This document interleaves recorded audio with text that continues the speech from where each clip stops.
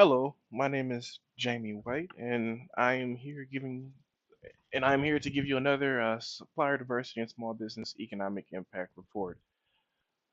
So let's go ahead and let's get started for this week.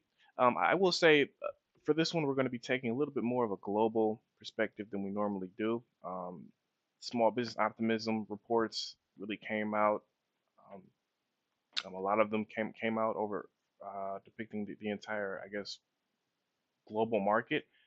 So because there's been just such high volatility with the stock market and just kind of trade excuse me, trade talks and whatnot, there's just going to be a lot to talk about. Let's go ahead and let's get through this. But first, we'll start off with the small business optimism report that came out this week. It's the CNBC. That was the full one. CNBC Survey Monkey Small Business Survey. Just discussing kind of how people are feeling about the economy today. So this one was taken after the midterms. So now we're getting a glimpse of how small business owners are feeling after, because if you remember, once midterms happened, the market went up and then it just crashed hard right after that. So this is the first indicator of how people are feeling when the market began its drop, and obviously it's dropped even more now, but kind of after it began its drop. And as you can see, pretty much what we all expected. There's a decline in optimism. I think this is the one of the first declines in like 7 months, or the biggest drop in a 7 month stretch. Normally it's been consistent. Again, it dropped a little bit heading into the new year. I generally don't make, I guess, guesses, but I would assume that if the market continues to drop, we're going to see another drop in December, beginning and that's going to be revealed in early or in mid January. So we'll kind of see how that goes. But basically, the big piece here is that optimism has declined for the first significantly, or not significantly, but it's declined for the first time in about 7 months.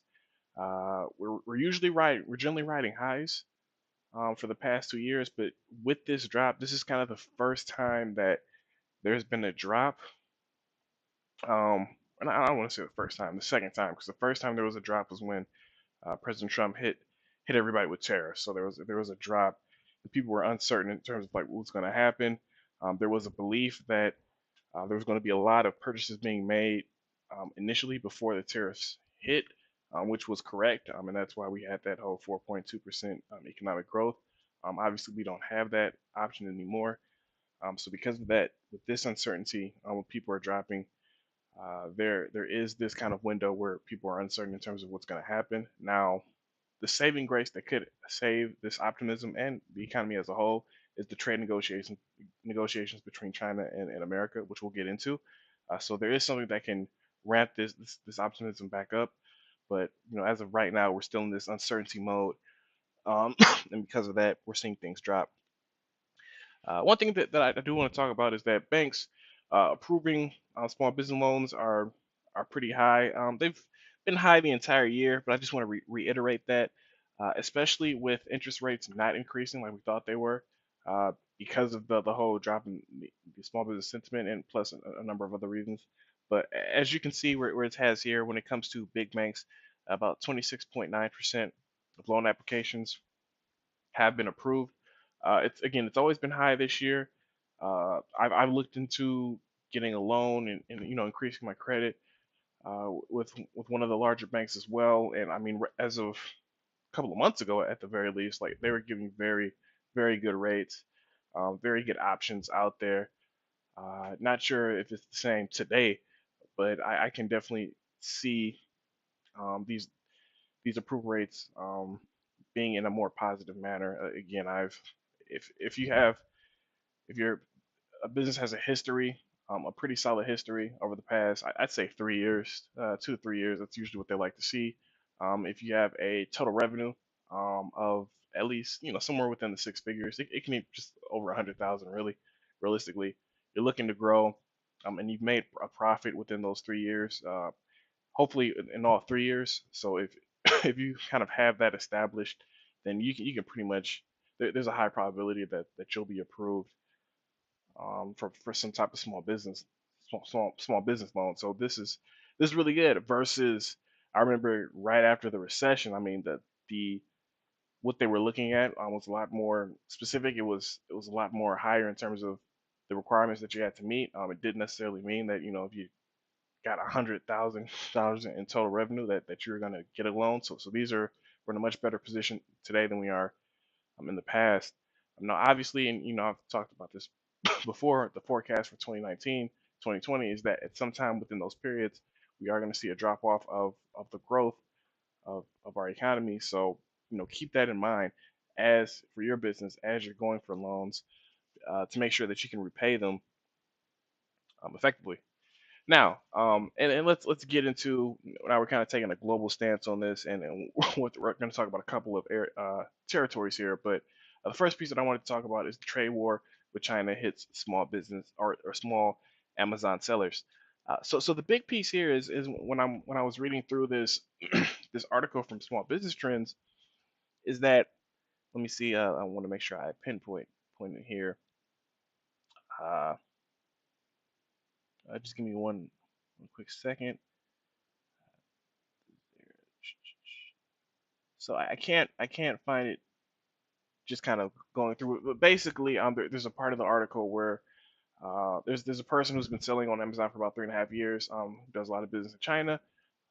Basically, he's had to make considerable concessions now because of these tariffs. One of which is he actually had to give the power of attorney to a company that he's working with in China, just so that they can, move through the requirements effectively. So these hard stance between China and America is making it hard for everyone, which means that it's more paperwork and it's more cost, or higher cost associated with it. So because of that, we're seeing even Amazon, starting with Amazon sellers, it appears, where now they're looking at newer or other opportunities outside of China to see that if they can manufacture goods or you know create or put together goods, what have you, um, in terms of their offering and then selling it on Amazon. Because well, I haven't sold anything on Amazon. I don't think, maybe like a couple years ago. I know several people who do, and those profit margins are extremely slim. I don't think people really realize how slim those margins are because you're just competing on such a high level with just a ton of big businesses when you're a small firm. So because of that, those profit margins are slim.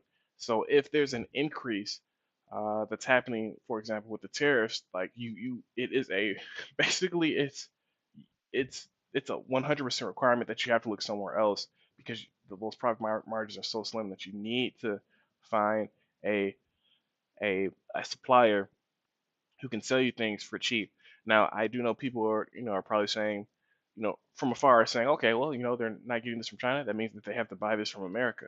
A lot of the products that are being bought from China, when you're talking about a small business, you're not going to look to America to get them if they increase in a place like China. You're probably going to look somewhere else.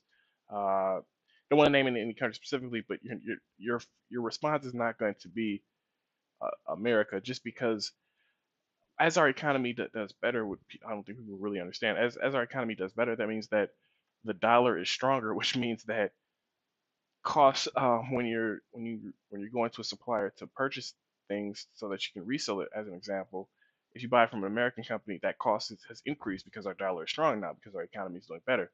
Versus if you purchase it from like a China or somewhere else, or where the economy isn't as strong as ours currently, you can get a little bit of a discount. So no, America's not gonna. They're not gonna simply go from China to America to find things. They're probably gonna go to another foreign country and figure out, if they can, a way to get that product to wherever they need to get it to sell it. So, but currently, right now, because of the tariffs, obviously, we're still seeing a lot of that, and we're going to continue to see that. A little bit of interesting news that I really want to touch upon here. I'm kind of jumping back and forth. I probably should put this in a better order, but uh, small businesses. Now we talked about that CNBC, sorry, CNBC Survey Monkey Small Business Survey. Another piece that was actually found there is that we're now seeing ex-cons. Um, what else? Geez, it was ex-cons. Let's go back up here. Ex-cons. Obviously, yeah, ex-cons, drug users, so maybe smoke marijuana. And then indebted college grads are now getting more offerings, if you will, to work for small businesses. So as you know, the unemployment rate is at around 3.7% now, and there's a lot of job opportunities, about 7 million for small businesses that are being hard, as you can see, that are really hard to find qualified employees. So because of that, as you can see by the numbers, 12% of small businesses offered student loan repayments as a new benefit last quarter. 14% are relaxing drug policies, and then 12% considered candidates with criminal records for the first time. Uh, it shows also why it matters. As you can see, small businesses are actually kind of on the forefront when it comes to things such as loan repayment, versus large companies. So that are around about 4%. Um, and then they talk about other things as well, such as unemployment, which is at around 27%, and the fact that, which isn't really a surprise, the labor participation rate in areas with high opioid use continues to decrease, which is definitely alarming. But it was pretty interesting that small businesses are now, you know, increasing their talent pool, or expanding their talent pool in terms of who they're looking at, because of uh, the employee market being so tight, which is a good thing, I think. And this is making for more creative solutions, something that I think needs to happen. Oh, this is interesting. So as you can see, if you just noticed, my page just loaded, and it says Dow sheds more than 500 points on weaker economic outlook for China. It actually said Dow sheds more than 450 points, literally, when I started this video. So that was about, let me look at how long I've been talking. That was about 10 minutes ago.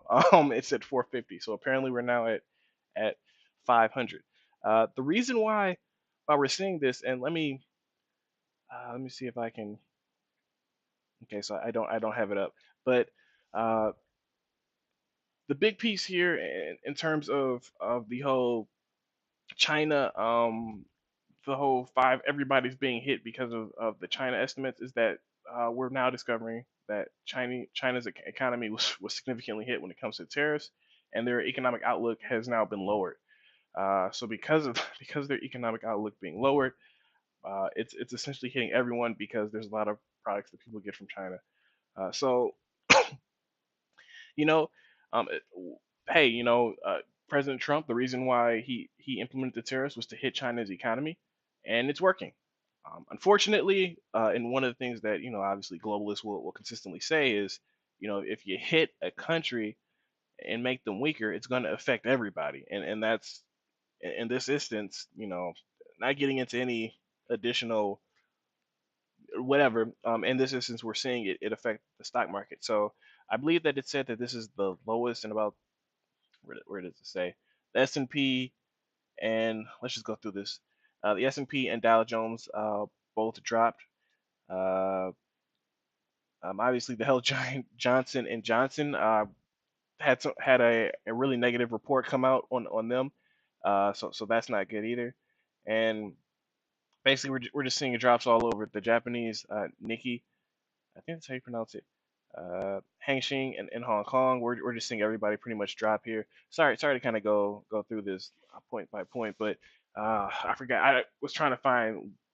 This is like the lowest quarter since, I want to say, like the past, since 2007. I want to say, it says it somewhere or it did say it in the article, but as you can see, they did make a update, so I'm not sure where it is now, but um yeah, I can't find it. Okay, that's fine. But one of the things that they also touch upon is the fact that, as I said, China is pretty much been revealed, either like fairly recently this week, that China's economic forecast has dropped.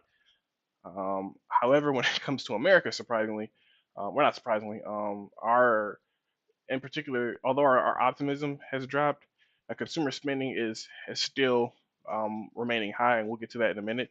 So our economy is doing pretty well, but the Chinese economy is not, which affected the stock market viciously, and and now pretty much it's that's pretty much where we are right now. Now, the interesting thing about that is, if you're looking at this whole China-U.S. trade war going on, it appears as if, being as unbiased as I can, it appears as if America does have the upper hand. Obviously, our economy right now, based on estimates, is stronger than the Chinese economy right now.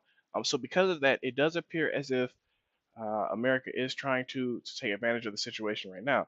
As you can see, China agreed to purchase soybeans for the first time since the tariff trade war started. Now, I do want to make clear that while this is a good thing, um, unfortunately, because there was about, I want to say like uh, a lot of months in between China agreeing to purchasing soybeans.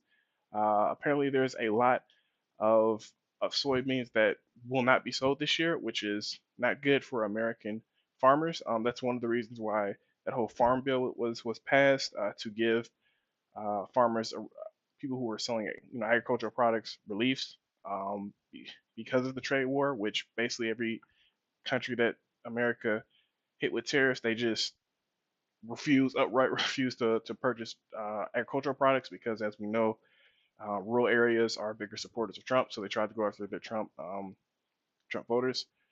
And what we're seeing is now Trump, hey, he has the upper hand now.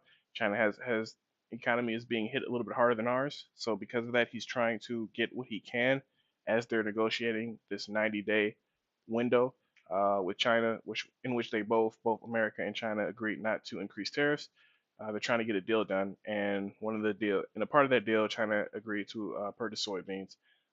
So we'll see what happens when it comes to that deal. But I think this is really important because now, if you're a small business in the agriculture um, industry, now we're seeing that this may be an opportunity now. If you were able to survive this last couple of months, which I know has been really hard, if you're able to qualify for relief, now we're seeing this may be an uptick if we can get a deal done with China. So I spoke about this before, but U.S. Consumer spending strength boosts the economy. Let's see if I can find the chart. Hopefully they didn't. I feel like everything is just one of those days. See, is it here in the economic optimism? Yes. Okay. So it'll be let's actually switch to this, so I can go ahead and I can show you the chart. Here. No, no, no, no, no. Here it is. Here it is.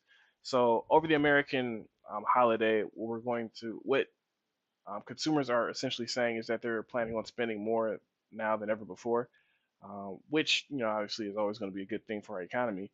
One of the things that I wanted to take note of, and let's go ahead and let's find it, is what we're seeing is that more. Here it is. 29% said they would use credit cards or other debt in their holiday spending, and that they don't plan on paying it off for the next 3 months. Uh, if you're not aware, the two biggest debts that Americans have are credit card and loan debt from college. This is not good, especially if we're looking at a potential slowdown over the next 3 months. So what I'm seeing here, and we'll see if this continues, is that if people are making a lot of purchases now, this may come back to not to be something that needs to be taken a look at in the future. Now, obviously, if you're a small business, this is very good, especially if you're B2C. There's going to be a lot of opportunity to sell over the holiday, so take advantage of it as you will. But from an economic standpoint, moving forward, um, while you're making big sales today, you may not be making. It is something to kind of take a look at in the first half of next year, especially as people are paying off their debts for what they spent during the holiday break. So just keep that in mind, especially if you're a B2C. And I think, yeah, we'll skip that one because obviously that was for that. The last thing I want to talk about is Europe. As I said, I wanted to look at this kind of on a global perspective. European stocks and lower as global economy clouds darken. Basically, the European markets also fell lower because of what's going on in China, and China revealing that uh, the economy is weaker than what people first assumed, kind of starting the year, or even as recent as a couple of months ago. So because of that, European stocks and the European economy is being hit hard. Now, Obviously, I've spoken about Europe and kind of their struggles when it comes to things such as manufacturing. Um, Over the past year, this is just another sign. I've always spoken about, hey, if you're doing business in Europe or if you're getting some supplies and whatnot from Europe, definitely make note of this as you move forward into 2019. This is just to reiterate that moving forward.